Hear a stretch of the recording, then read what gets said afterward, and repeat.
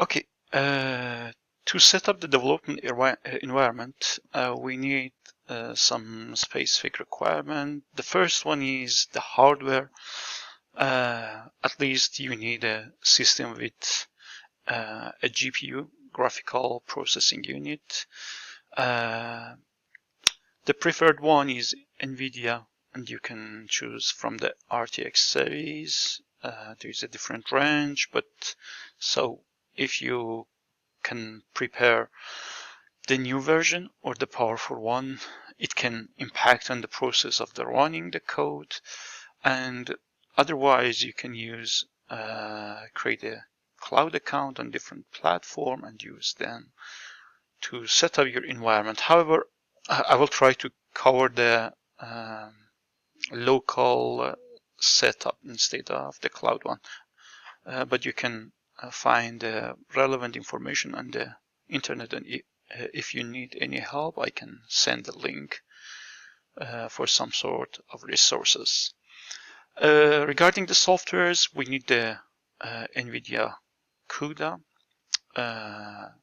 Anaconda, and Visual Studio extension inside the Visual Studio Code with Git. This is the whole package that you need, and I'm trying to show you how to set up each of these items. So let's start with the NVIDIA CUDA. So if you open your browser and search for CUDA, NVIDIA, you can download this framework and install the framework on your system. In fact, CUDA is a parallel computing platform for application for deep learning. It is a framework to enhance and increase the pace of running for the code. So we always try to use these framework to improve our speed in the development process. And you can check the setting in your control panel, and I think through the device manager you should be able to check the display adapters. For example, now on my system I have a GeForce RTX 3060 GPU. This is a new version, and so it can help to improve the running process. And after that, you need to install the CUDA, and as I mentioned, there is a NVIDIA control panel as well that can help you to manage all the aspects of the GPU. The second software is, so go to the CUDA zone. You need to create a developer account, and then you can download the appropriate framework for this version. The next software that we need is Anaconda. Anaconda is a framework is a group of softwares that can help us to create virtual environment. At the same time, it contains the Visual Studio Code as a development environment, and I think a lot of developers try to use the Visual Studio Code. So just if you search the Anaconda, you can download the individual edition, or if you like to have a enterprise version, you can pay and subscribe for their services. So you can download the version and install the Anaconda on your system. It's straightforward and easy to use. And when you got the Anaconda, you can see the Anaconda environment through the Anaconda navigator. So let's open the navigator and show you some of the options that we have. I think I need to wait to run the, yeah, okay. So, as you can see, there is a multiple options. You can use the command prompt terminal to communicate with the Anaconda and the virtual to create different virtual environment. And we have also Visual Studio Code that I think it's a better option to work, and it provides an environment that you can manage all aspects of your coding and development in one place. So you can directly launch the Visual Studio Code, and it will open the last file, but let me to open another. Yeah. This is a clean environment without any, at the beginning you see the get started. You can directly open a folder or create a file, and also you have some options. You can explore the files and folders, or you can search for a specific item in your solution. Just let me to start with the opening a folder. We can create a folder on the desktop. If we go to the desktop, let's create a folder, for example, sample project. Okay, open folder. We can go to the desktop, sample project, select folder, or you can drag and drop in this part. And at the first time, it will ask about the folder. Do you trust this folder? Yes. So now we have the folder. It's a place that we can develop and put all our files inside here. And at the beginning, there is a section for extensions. You need to install some extensions to help you to prepare the environment completely for development. The best one that I suggest to have is the Jupyter Notebook, Jupyter KMap, and Jupyter Notebook Renders, and Python. This extension, they are trying to help you with different options. For example, with the Python, when you try to install that extension, the Visual Studio environment try to help you to give you multiple options when you are typing and start writing the code. And with the Jupyter one, it will try to prepare and show the same interface, same as the web interface of the Jupyter Notebook. So also you can install the Docker, and there is a lot of extension you can search and find them and install them on your system. However, this is I think the main options that you need to install. And when you have this one, you can create a file, and you can call it anything that you need. For example, test.ipynb. So I want to create, for example, a test file for Jupyter Notebook.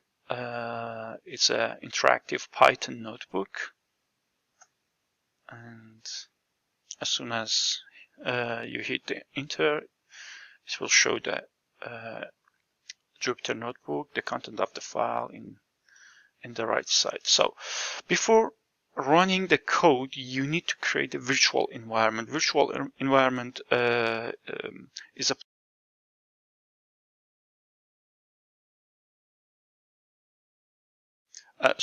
virtual environment is a place that can help you before running any code in the Jupyter Notebook. You need to have a virtual environment. Each virtual environment provides a specific and isolate environment that you can install different package. Because when you have, for example, multiple projects, you need to isolate them from each other.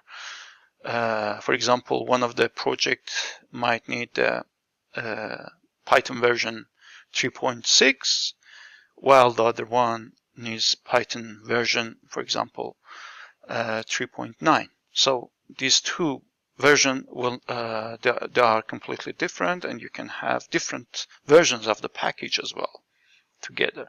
So to create a virtual environment with the Anaconda, inside the Visual Studio environment, you need to go to the terminal and open a terminal. At the beginning, it shows that you are in the base environment. This is the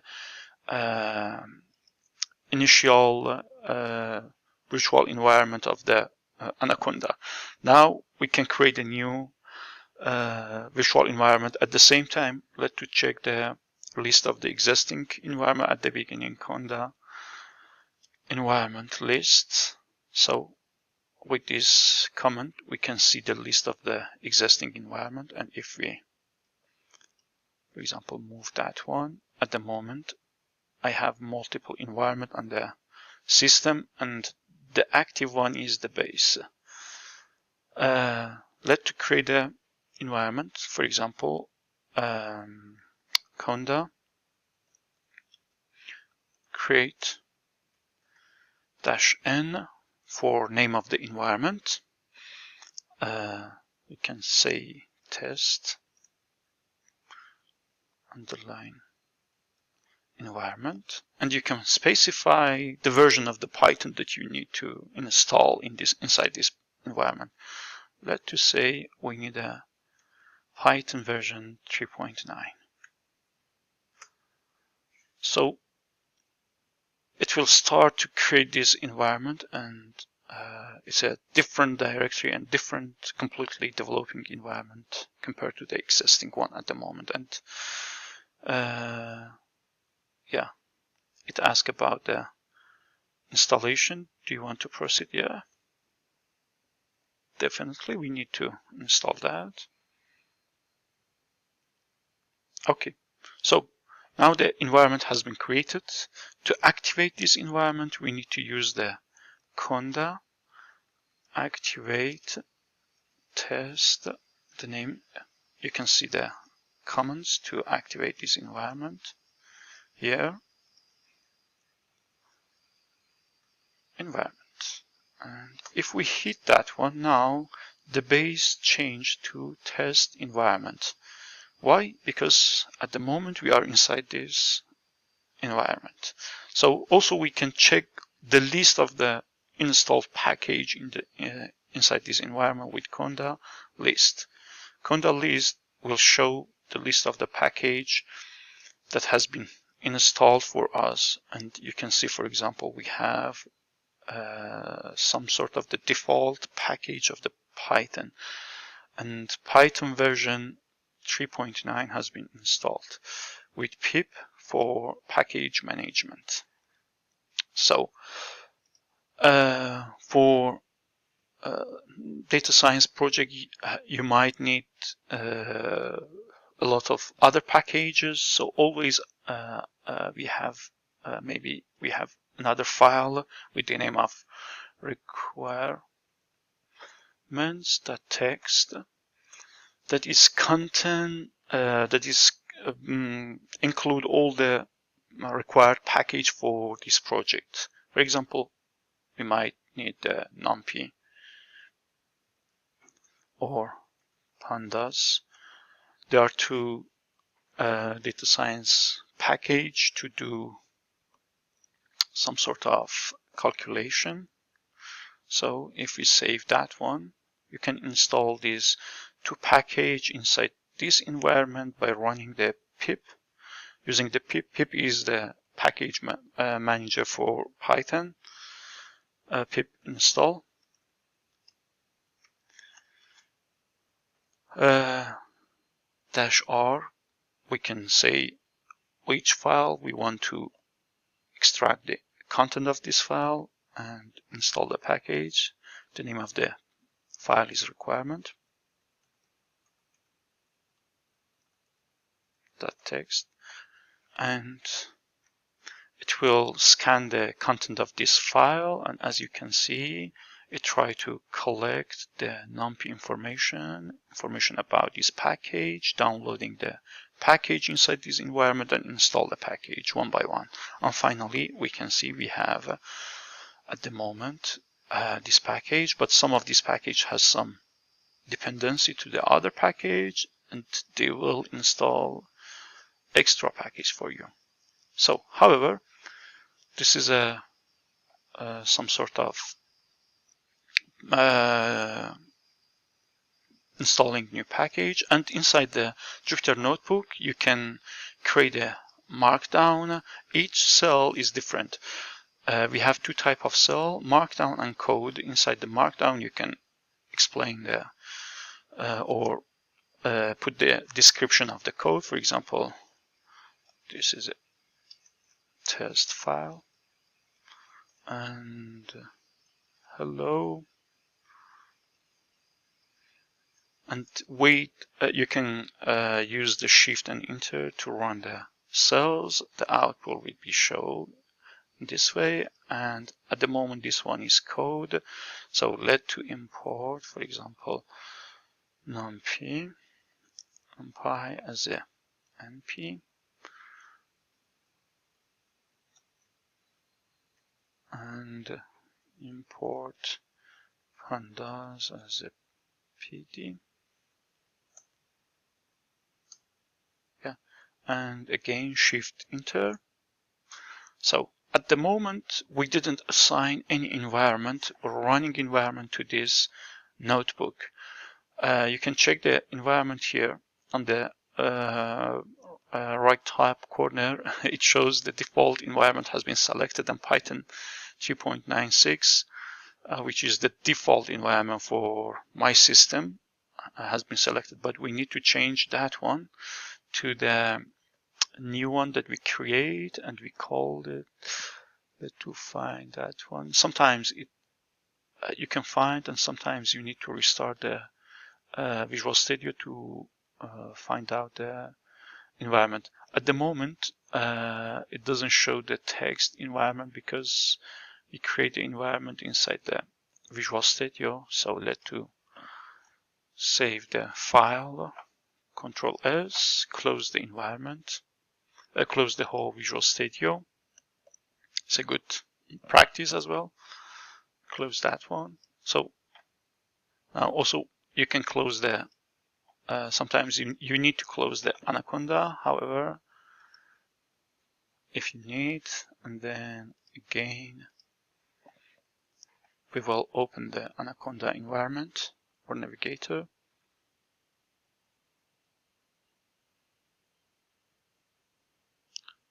It takes a while. Yeah. Launch the Visual Studio Code again.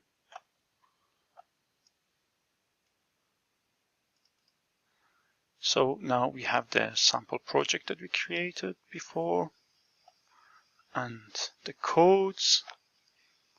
And when we open the Visual Studio Code at the beginning, because we didn't assign a specific environment to this Jupyter Notebook file, it returned to the base. But you can use conda activate test underline environment to activate this environment, and then we have this option to change the environment to test environment. Yeah.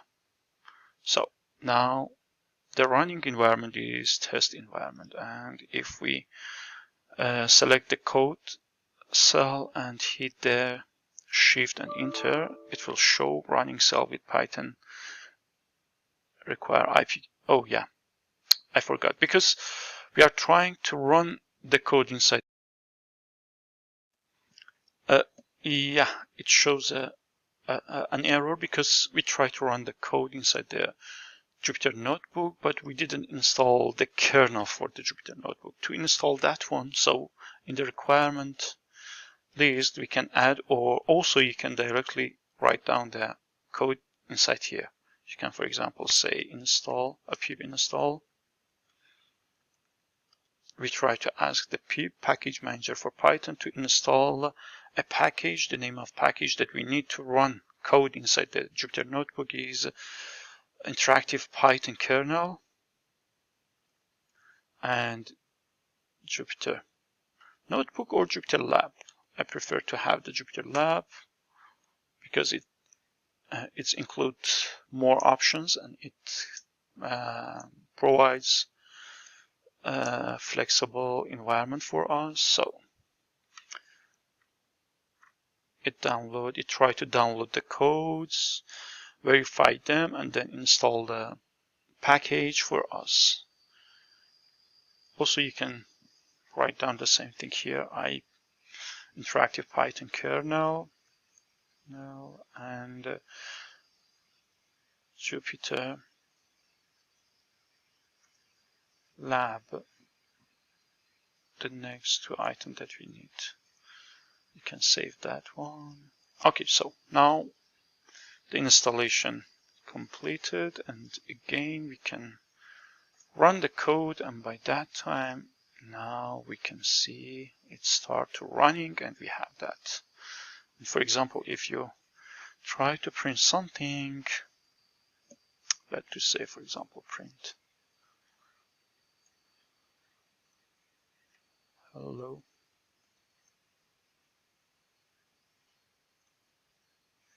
the output will be shown here, and you can add or remove or change the cells inside the file.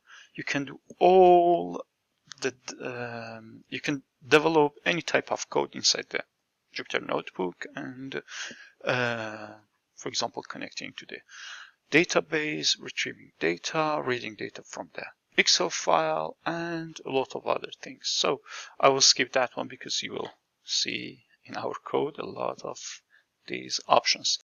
Oh, I forgot to talk about the Git. So if you want to add Git as a source control, so let's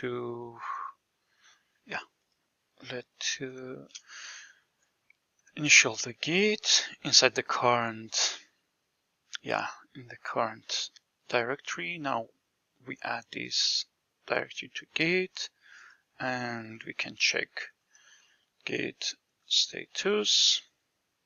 And at the moment we have two files that we didn't add to the Git. Also, if you like, you can create a ignore file for Git. However, I will skip that one. You can do that by yourself.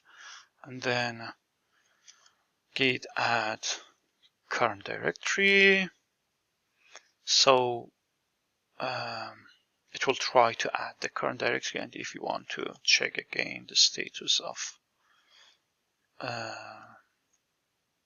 our directory, we can see there is a two file has been added to the Git, but we didn't commit that one, so we need to commit the Git commit, and you can add any command, test folder or test project.